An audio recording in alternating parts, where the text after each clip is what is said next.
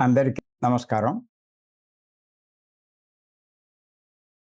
కార్యక్రమం ప్రారంభించే ముందు గురువుగారు బ్రహ్మర్షి పత్రి గారికి ఒకసారి మనం ధన్యవాదాలు చెప్పుకుందాం. మనం గత 11 ఎపిసోడ్‌ల నుంచి ఒక విషయం మీద చెప్పుకుంటున్నాం. ఏంటంటే బుద్ధుని యొక్క బోధలు. ఈరోజు 12 ఎపిసోడ్. మనందరికీ తెలుసు బుద్ధుని యొక్క బోధలు ఎంత గొప్పవో. వాటిని అర్థం చేసుకొని ఆచరించగలిగిన వాడు నిజంగా ఏ దుఃఖం లేకుండా జీవిస్తాడు. గొప్పగా జీవిస్తాడు. గొప్ప స్థితిని పొందుతాడు కూడా. ప్రతీదీ ఆచరించాలి. అర్థం చేసుకోవాలి. మరి ఆయన చెప్పినటువంటి మరొక సందేశం ఈరోజు తెలుసుకుందాం. అప్రమత్తుడు అంటే జాగ్రత్త ఉన్నవాడు.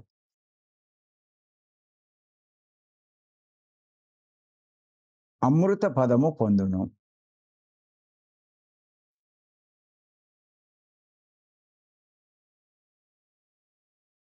ప్రముతుడు ప్రమత్తుడు అంటే అజాగ్రత్త కలవాడు.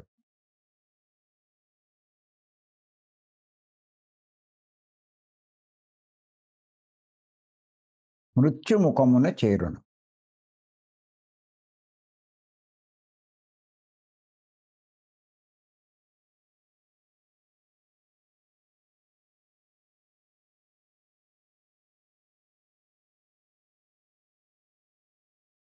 దీనికైనా చెప్పింది ఏంటంటే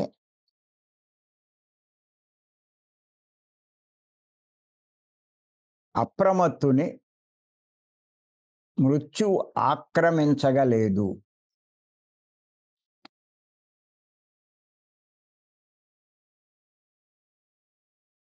ప్రమత్తుడు చేరు జీవన్మృతులలోన.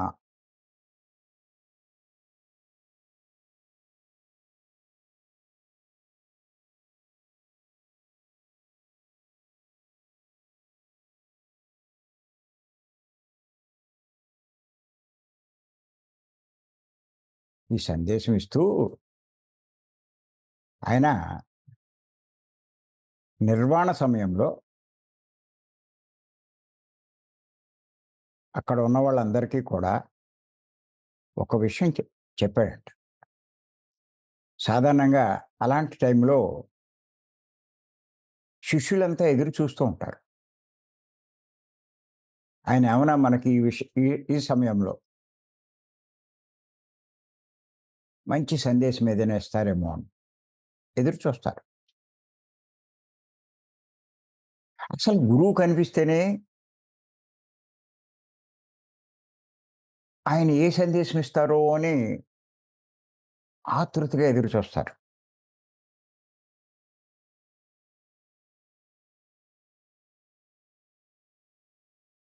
మేము కూడా పత్రి గారు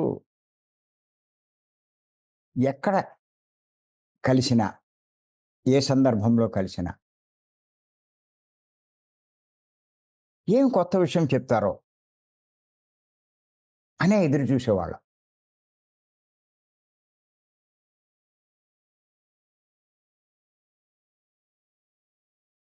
నా విషయంలో అయితే ఎప్పుడూ పెన్ను పుస్తకం ఉంటుంది నాకు.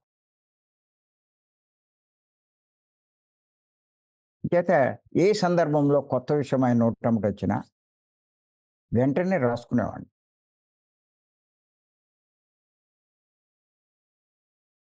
అలాంటి పుస్తకాలు 100 ఉన్నాయి నా దగ్గర. జేబులో పెట్టిన పాకెట్ బుక్.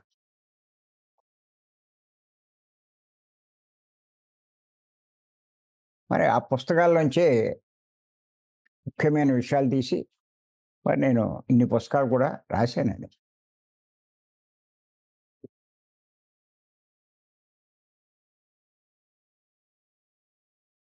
అలాగే బుద్ధుడు తన మహాపరినిర్వాణ సమయంలో ఏం చెప్పాడంటే అందరికి సింపుల్‌గా చెప్పాడాయన. అప్రమత్తతతో ఉండండి. అది.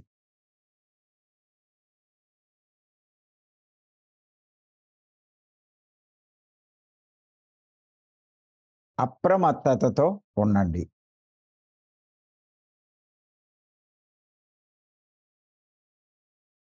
ఏముంది జాగ్రత్తగా ఉండండి అన్నాడు. ఈ జనాలకంతా దీని అర్థం తెలీదు. ఎంత లోతు మాటో ఇది. ఆ సమయంలో చెప్పాడు అంటే ఇది ఎంత విలువైంది. ఎంత అర్థముంది.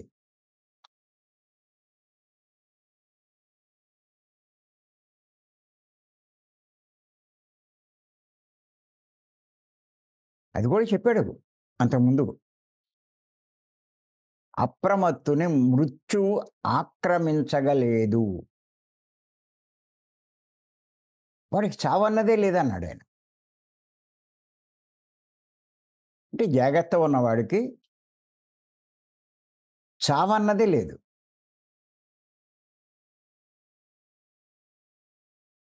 ప్రమత్తుడు జేరు జీవన్మృతులలోన.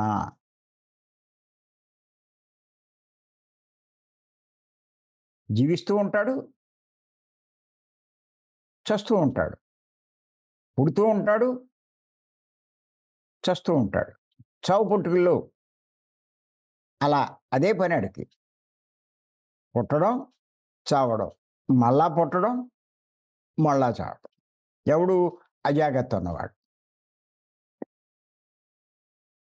జాగ్రత్త ఉన్నవాడు మృత్యు వాడినేం చేయలేదు.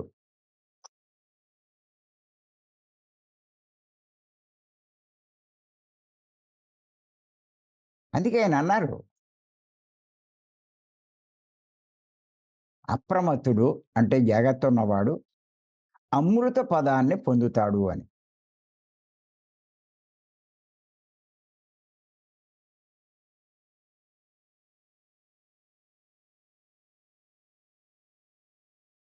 అమృతం తాగినోడికి ఇంక చావే ఉంటుందండి.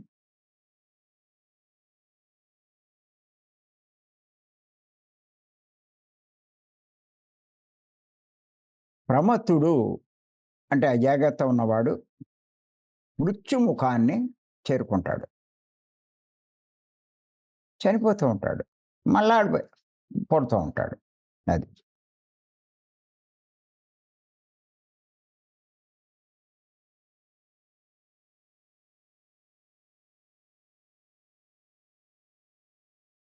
మరి ఏ విషయంలో జాగ్రత్త ఉండాలి?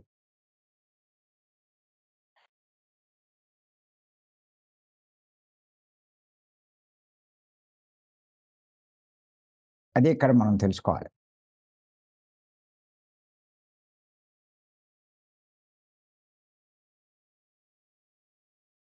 ముఖ్యంగా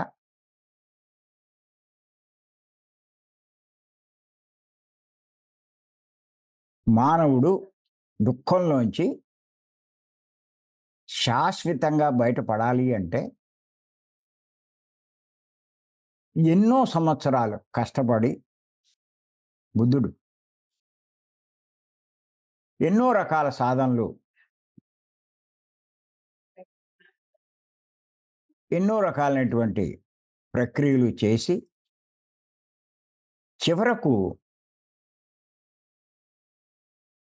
శ్వాస మీద ధ్యాస, దాన్ని ఆయన ఆనాపానసతి అన్నాడు. ఉంచడం వల్ల ఆయన అనుకున్నది సాధించాడు. ఆ నిర్వాణాన్ని ఆయన సాధించగలిగాడు. అంటే దుఃఖంలోంచి శాశ్వతంగా బయటపడే స్థితిని ఆయన పొందాడు. ఆయన చేత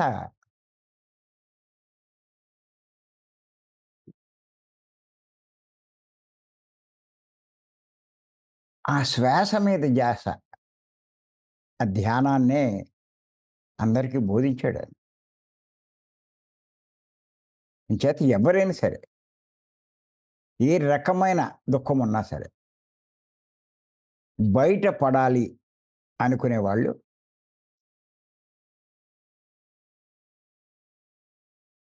ఈ శ్వాస మీద ధ్యాస, ధ్యానం పట్ల చాలా జాగ్రత్తగా ఉండాలి. ఫస్టు మనం జాగ్రత్తగా ఉండవలసినవి చాలా ఉన్నాయి. ముందు మనం చేయవలసింది ఏంటంటే, బుద్ధుడు మనకిచ్చినటువంటి ఈ మార్గం,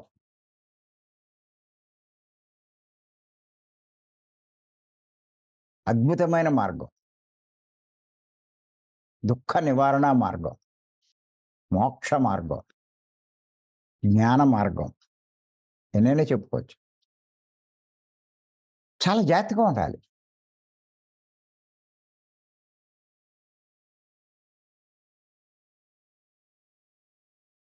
ఎంచేతంటే లోకంలో ఎన్నో రకాల సాధనలొస్తున్నాయి. రకరకాలు కొన్ని వందలొచ్చినియి. దేనివల్ల మానవుడు నిర్వాణాన్ని పొందలేడు. అంటే మోక్షాన్ని పొందలేడు. ఒక్క శ్వాస మీద ధ్యాస, ధ్యానం వల్ల మాత్రమే.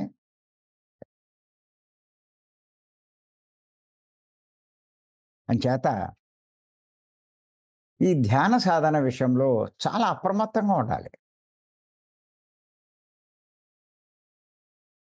ఇప్పుడు మన సొసైటీలో కూడా ధ్యానం పేరు చెప్పి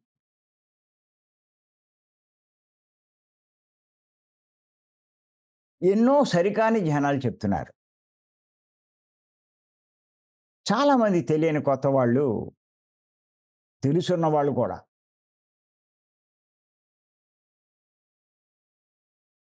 అదే సరైన ధ్యానం అనుకుంటున్నారు. ఒక రకంగా చెప్పాలంటే వాళ్ళ జీవితాన్ని నష్టపోయినట్టే. సరైన ధ్యానం ఈ శ్వాస మీద ధ్యాస చేయకపోతే శక్తి రాదు. శక్తి రాకపోతే మనసు శుద్ధి కాదు. మనసు శుద్ధి కాకపోతే గుణం మారదు.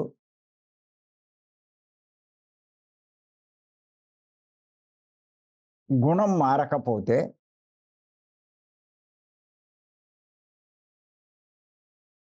బుద్ధి వికసించదు. బుద్ధి వికసించకపోతే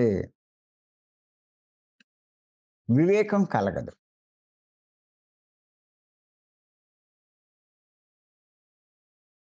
వివేకం కలగకపోతే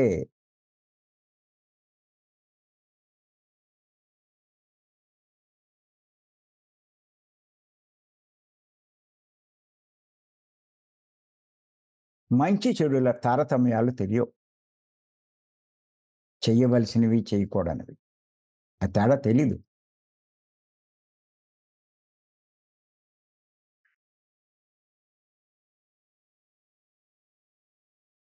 కానీ సరైన ధ్యానం చేసినప్పుడు అంటే శ్వాస మీద ధ్యాస, వాడు ఈ స్థాయికి చేరుకుంటాడు. తెలుసుకుంటాడు. ఏది సరైంది, ఏది సరికాంది. సరైనది ఆచరిస్తాడు. సరికాంది వదిలేస్తాడు. అన్ని విషయాల్లో చాలా జాగ్రత్తగా ఉంటాడు. అంచేత సరైన సాధన పట్టుకున్నవాడికి అన్నీ సరైనవే ఉంటాయి. చివరికి జ్ఞానం కూడా పొందుతాడు. కర్మలన్నీ రహితం చేసుకుంటాడు. జీవిత లక్ష్యాన్ని కూడా సాధిస్తాడు. అందుకే ఆయన అష్టాంగ మార్గంలో ఆఖరిదైనటువంటి ఎనిమిదో అంగం సరైన ధ్యానము అని చెప్పి అన్నాడు ఆయన. ఎంత స్పష్టంగా చెప్పాడు. మిగతా 7 ఎన్ని ఆచరిద్దామనుకున్నా ఈ సరైన ధ్యానం చేయకపోతే వాడి వల్ల కాదు.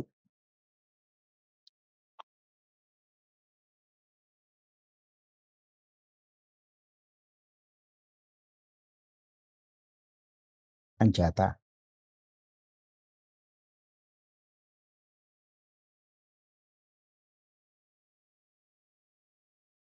ఇక్కడ మనం చేయవలసింది సరైన ధ్యానం. తర్వాత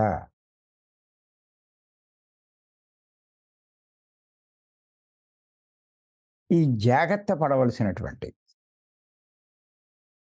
ఇంకొక ముఖ్య విషయం ఏమిటి అంటే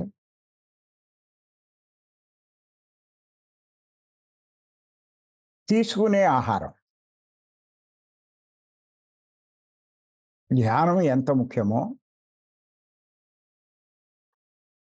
తీసుకునే ఆహారం విషయంలో కూడా అంతే జాగ్రత్తగా ఉండాలి.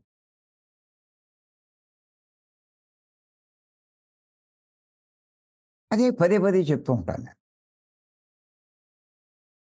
ప్రతి ఒక్కరికి చెప్తూ ఉంటాను.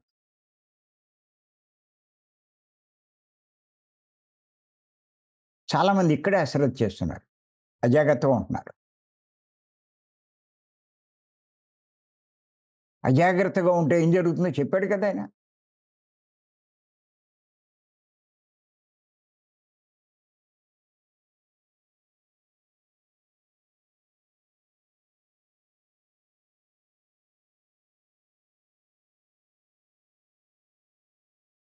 అజాగ్రత్తగా ఉన్నవాడు జీవన్మృతుల్లో చేరిపోతాడు.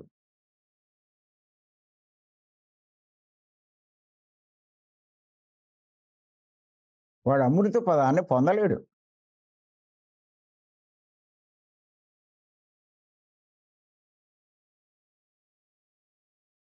చాలా జాగ్రత్తగా ఉండాలి.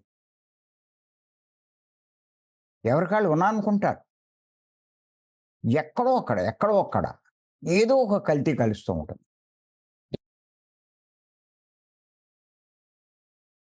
ఆహారం విషయంలో శాకాహారం తీసుకుంటున్నా కూడా ఇప్పుడు కల్తీ అనే పదం వాడాను. ఏమిటంటే మీరు వెజ్, నాన్ వెజ్ హోటల్స్‌కి వెళ్తారు. అక్కడ శాకాహారమే తీసుకుంటారు. ఆర్డర్ ఇస్తారు. కానీ ఆ పాత్రలు వాటికి వాడతారు, దీనికి వాడతారు. మాంసాహారం వండి భుజించిన పాత్రలో శాకాహారం వండకూడదు. అటువంటి పాత్రలో శాకాహారం తినకూడదు. అసలు ఆ పాత్రలే పూర్తిగా తీసేయాలి. అది ఎంత హాని చేస్తుందో వాళ్ళకి తెలియట్లేదు. ఈ ఆధ్యాత్మిక మార్గంలో వచ్చిన వారికి చాలా సూక్ష్మాతి సూక్ష్మంగా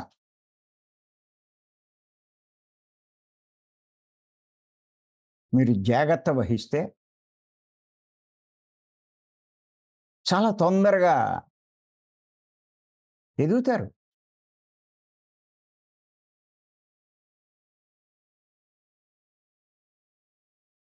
జాగ్రత్త ఉన్నవాడికి సంవత్సరాలు పట్టదు.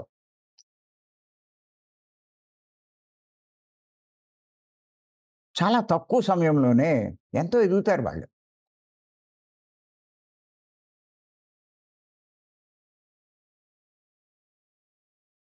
అంటే అన్ని విషయాల్లో వాళ్ళు జాగ్రత్త పడతారు.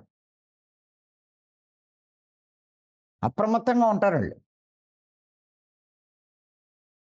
బుద్ధుడు చెప్పినట్టు. అందుకే ఫాస్ట్‌గా ఎదుగుతారు వాళ్ళు. నేను అదే చెప్తాను. ఎప్పుడు ధ్యానంలోకొచ్చారు అది లెక్క కాదు. ఎన్ని సంవత్సరాలైంది అది లెక్క కాదు. నువ్వు ఎంత జాగ్రత్తగా ఉన్నావు అది చాలా చాలా ముఖ్యం. ప్రతి విషయంలో.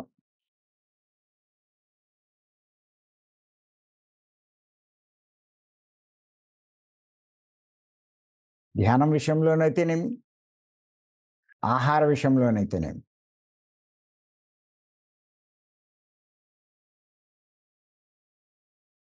ఎంత జాగ్రత్తగా ఉంటే మీరు అంత తొందరగా ఎదగగలుగుతారు. మీరు అనుకుంటారు నేను ఆ స్థాయికి ఎదగగలనా లేదా అని. ఎందుకు ఎదగలేరు? ఎవరైనా ఎదుగుతారు.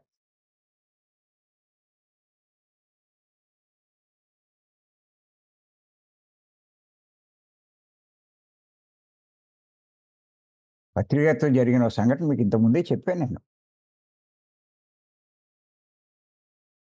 ఒక ట్రెక్కింగ్‌కెళ్ళినప్పుడు ఆయన ఒంటరిగా ఉన్నప్పుడు నేను కలవడం జరిగింది. మాటల్లో అడిగారాయన. "నువ్వు ఎన్నాళ్ళయిందే వచ్చని?" 2 ఇయర్స్ అండి అన్నా.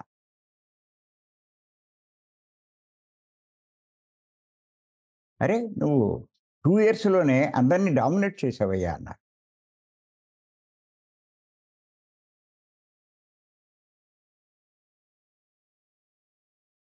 అంటే ఎంతో ఇంప్రూవ్‌మెంట్ నీలో ఉంది అన్నది ఆయన మాటలను బట్టి నాకు అర్థమైంది. అంచేత ఇక్కడ సమయం లెక్క కాదు. ఇప్పుడు మీలో అయినా సరే ఎవరిలో ఈ శ్రద్ధ అనేది ఉంటుందో, జాగ్రత్త అన్నది ఉంటుందో, వాళ్ళు ఊహించని విధంగా ఎదుగుతారు. లేకపోతే ఎన్నాళ్ళున్నా అలాగే ఉంటారు మీరు. గురువు చెప్తాడు.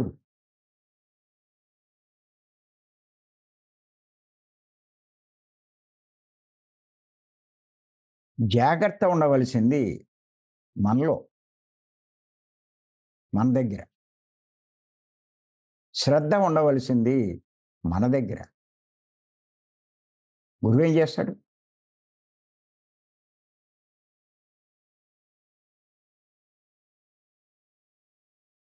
అందుకే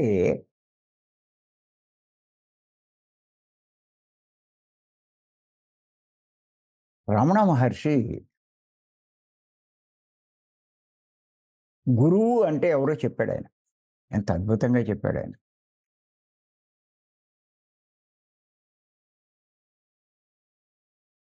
ఆయన ఏమన్నాడంటే, "నీ గురే గురువయ్యా" అన్నాడాయన. నీ గురే గురువు.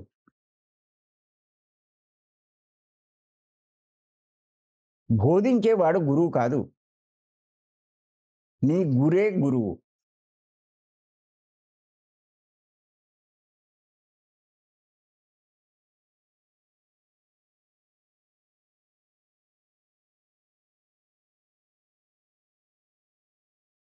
నీ గురుండాలి. వాడు చెప్పే దాని మీద. నువ్వు చేసే వాటి మీద. నువ్వు చదివే వాటి మీద. నువ్వు వినే వాటి మీద. నీ గురుండాలి. దాన్నే శ్రీకృష్ణుల వారు శ్రద్ధ అన్నారు. దాన్నే బుద్ధుడు అప్రమత్తుడుగా ఉండు అన్నాడు. అంటే జాగ్రత్తగా ఉండు అన్నారు.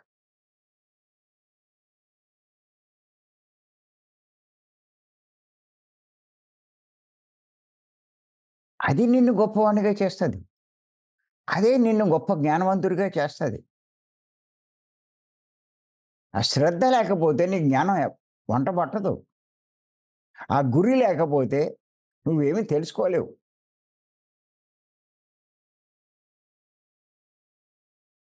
ఆ జాగ్రత్త లేకపోతే ఏది నువ్వు సరిగ్గా పాటించలేవు.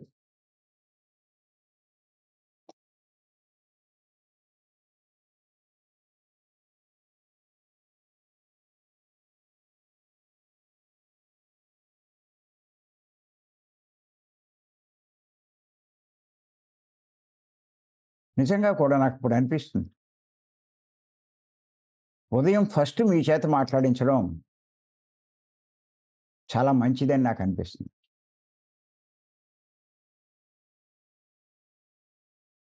ఎవరు ఎంత ఇంప్రూవ్ అయ్యారో అది నాకిప్పుడు తెలుస్తున్నది.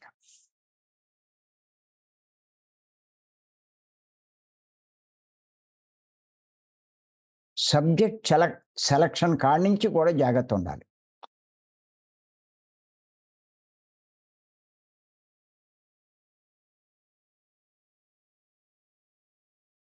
మీరు జాగ్రత్తగా సబ్జెక్ట్ సెలెక్ట్ చేసుకున్నారా శ్రద్ధగా? లేతే ఏదో ఒకటి సెలెక్ట్ చేసుకొని, ఆ టైంకి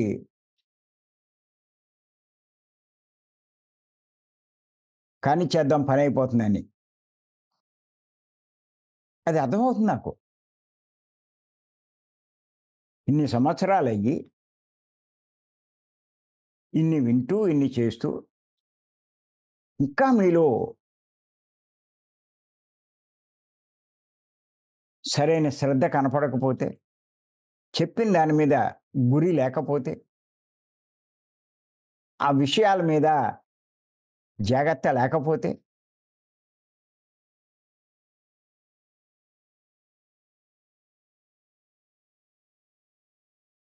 ఎంత అశ్రద్ధగా ఉన్నారో అర్థమవుతుంది. ఒక అవకాశం గురువు ఇచ్చినప్పుడు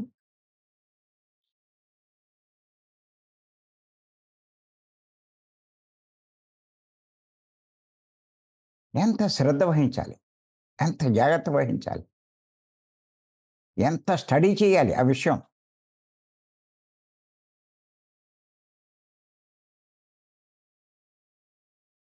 మనం చెప్పిన ఆ పద్ధతిని బట్టి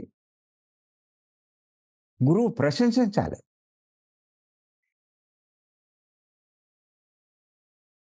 నా డ్యూటీ అయిపోయిందనుకుంటే లాభం లేదు.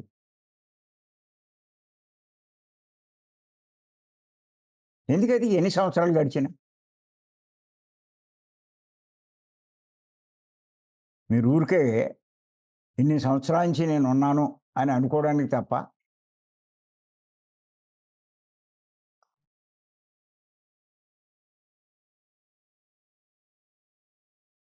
మీ అందరికీ ఇది ఒక పరీక్షే.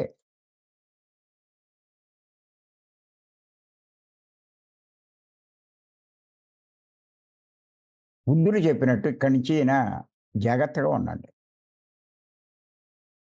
అప్రమత్తులై ఉండండి.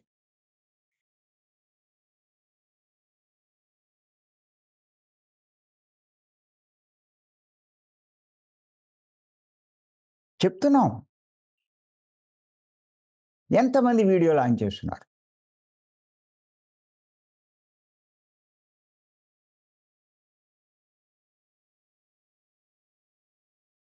ఉత్తినే చెప్పరు గురువులు.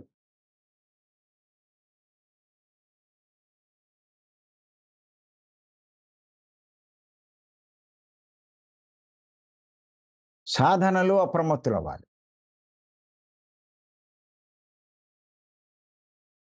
ఆహారం విషయంలో అప్రమత్తులై ఉండాలి. జాగ్రత్తగా ఉండాలి. మీ మాట్లాడే మాటల్లో జాగ్రత్త ఉండాలి.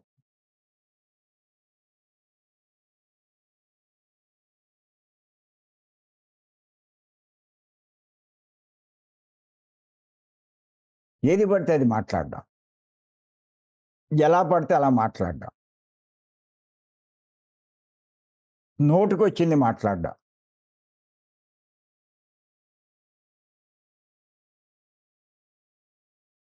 అది జాగ్రత్త కాదు. మనం మాట్లాడితే ప్రశంసలు రావాలి.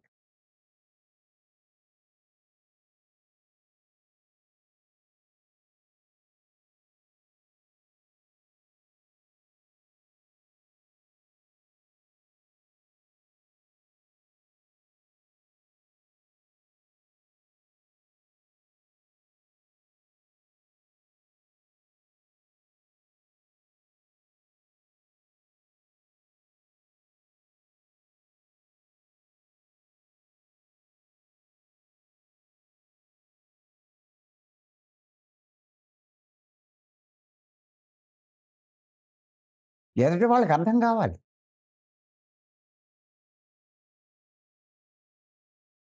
ఎదుటి వాళ్ళని కన్‌ఫ్యూజన్ చేయకూడదు.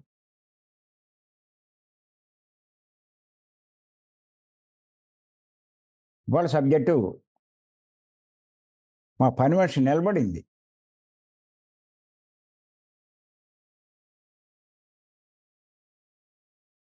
అర్థమవుతుంటే పామరుడు కూడా వింటాడు.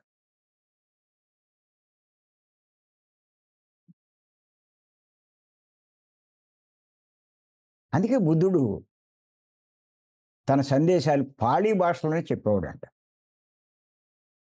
అప్పుడు సామాన్య ప్రజలు వాడే భాష అంట అది పాళీ భాష.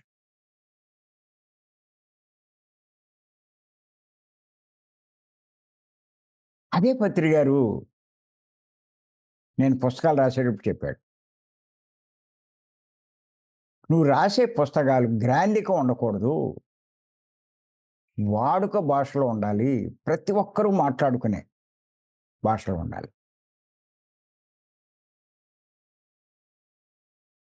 అయి చదువుతూ ఉంటే మామూలుగా మాట్లాడుకున్నట్టు ఉండాలి. అలా చెప్పాడాయన.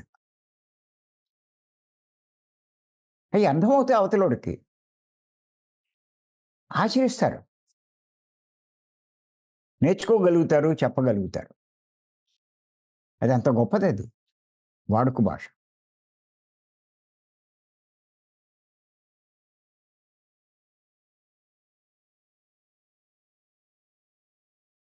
అలాగే మీరు చేసే పనులు బట్టి జాగ్రత్తుండాలి. పనుల పట్ల.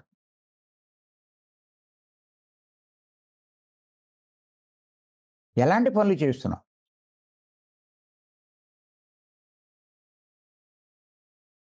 దానివల్ల మన సమయం వృధా అవుతుందా? సద్వినియోగం అవుతుందా? ఎన్ని పనులు మనకి లాభించేవున్నాయి. మనకి అంటే ముఖ్యంగా శరీరం కంటే కూడా ఆత్మకి లాభించే విధంగా ఉన్నాయి. ఇంకా ఎన్ని వృధా చేస్తున్నాం.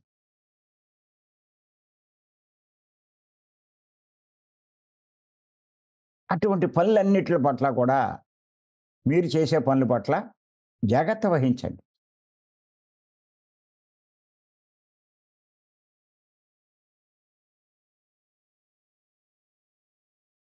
మీరు ప్రతిరోజు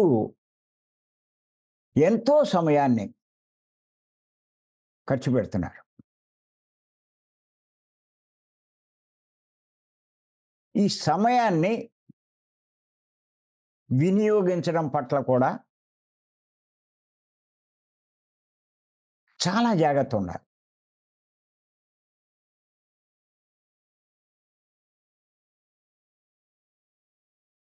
ఒక్క విషయం గురించి చెప్పలేదాయన.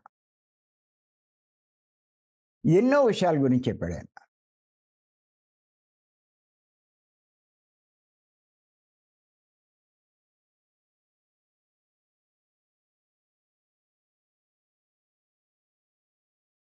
ప్రతి విషయం పట్ల జాగ్రత్త.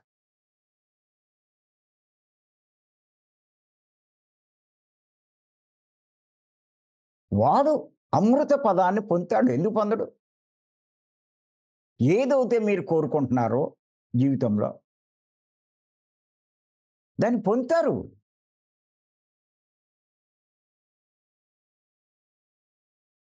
గొప్పవాళ్ళు కాగలుగుతారు.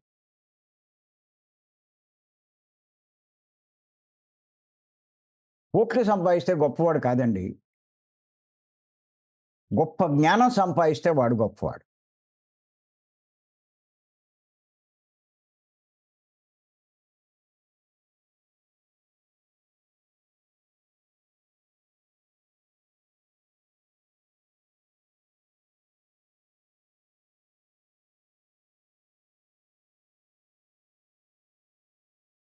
సుఖాలు పొందినవాడు,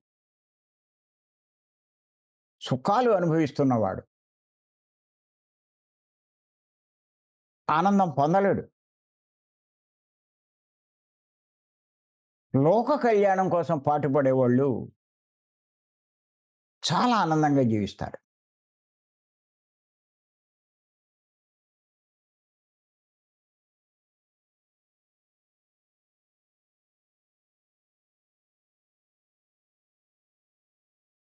సుఖాల కోసం చూసుకునేవాళ్ళు గొడవలు పడుతూనే ఉంటారు. లోక కళ్యాణం కోసం పాటుపడుతుంటే అన్యోన్యంగా జీవిస్తారు.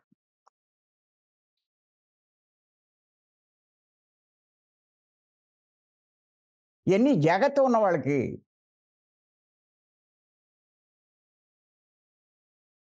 ఆచరణలోకొస్తాయి.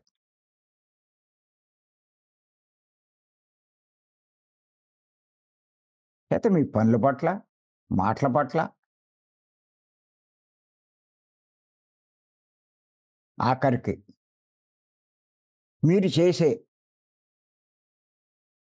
లోక కళ్యాణకరమైన పనులు, దానాలు కానీ, సేవలు కానీ ఇయన్నీ. వాటి పట్ల కూడా జాగ్రత్తగా ఉండండి. మీరు ఆత్మలు, దేహం కాదు. మీరు ఏమి చేసినా మీకు లాభం కలగాలి. అంటే ఆత్మకి లాభం కలగాలి.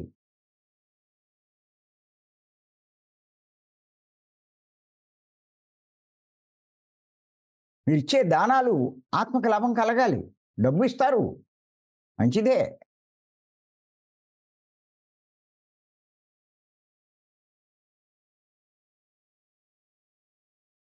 ఆత్మకు లాభించే వాటికి ఇవ్వాలి.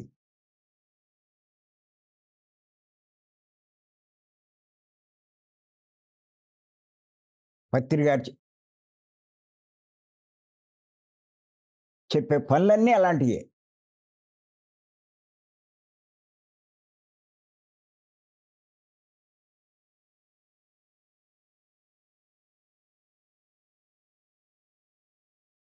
మనం భీమవరంలోకి చేస్తున్నాం కార్యక్రమం. అంతా ఆత్మలాభం కోసమే అక్కడ.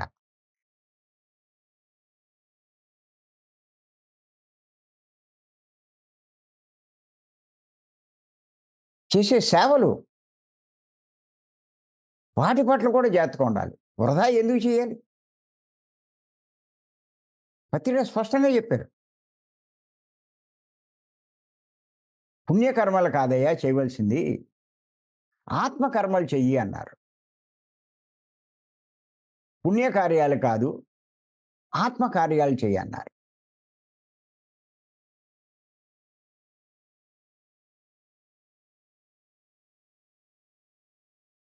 అంచేత ఈ జాగ్రత్త అన్న విషయం ఎంతో ముఖ్యమైనది. గమ్మున అర్థం కాదు ఇది. మీ జ్ఞానం కొంత పెరిగితే, బుద్ధి బాగా వికసిస్తే ఇయన్నీ బాగా అర్థమవుతాయి.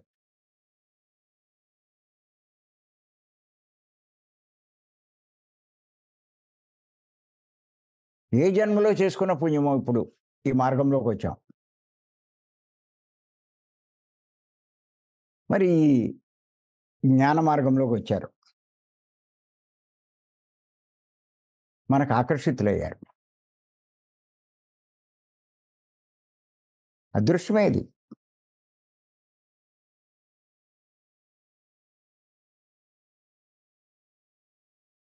ఖచ్చితంగా జాగ్రత్త ఉన్నవాడు అమృత పదాన్ని పొందుతాడు అని బుద్ధుడే చెప్పాడండి. మృత్యువు ఏమి చేయలేదు వాడిని. అది కూడా చెప్పాడాయన. ఆఖరిలో అందరికి ఇచ్చిన సందేశం అప్రమత్తతతో ఉండండి అని.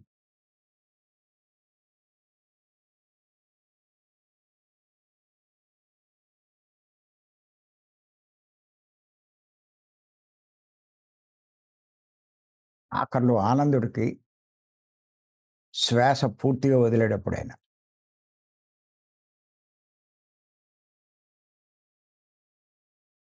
ఆనందుడు అడగ్గా అడగ్గా ఒక్కడు చెప్పాడంతే, అప్పో దీపో భవ అని.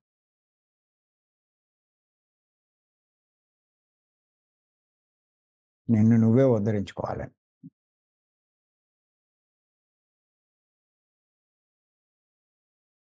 వాళ్ళు చెప్పేదంతా ఒక మాటలో ఉంటుంది అంతే.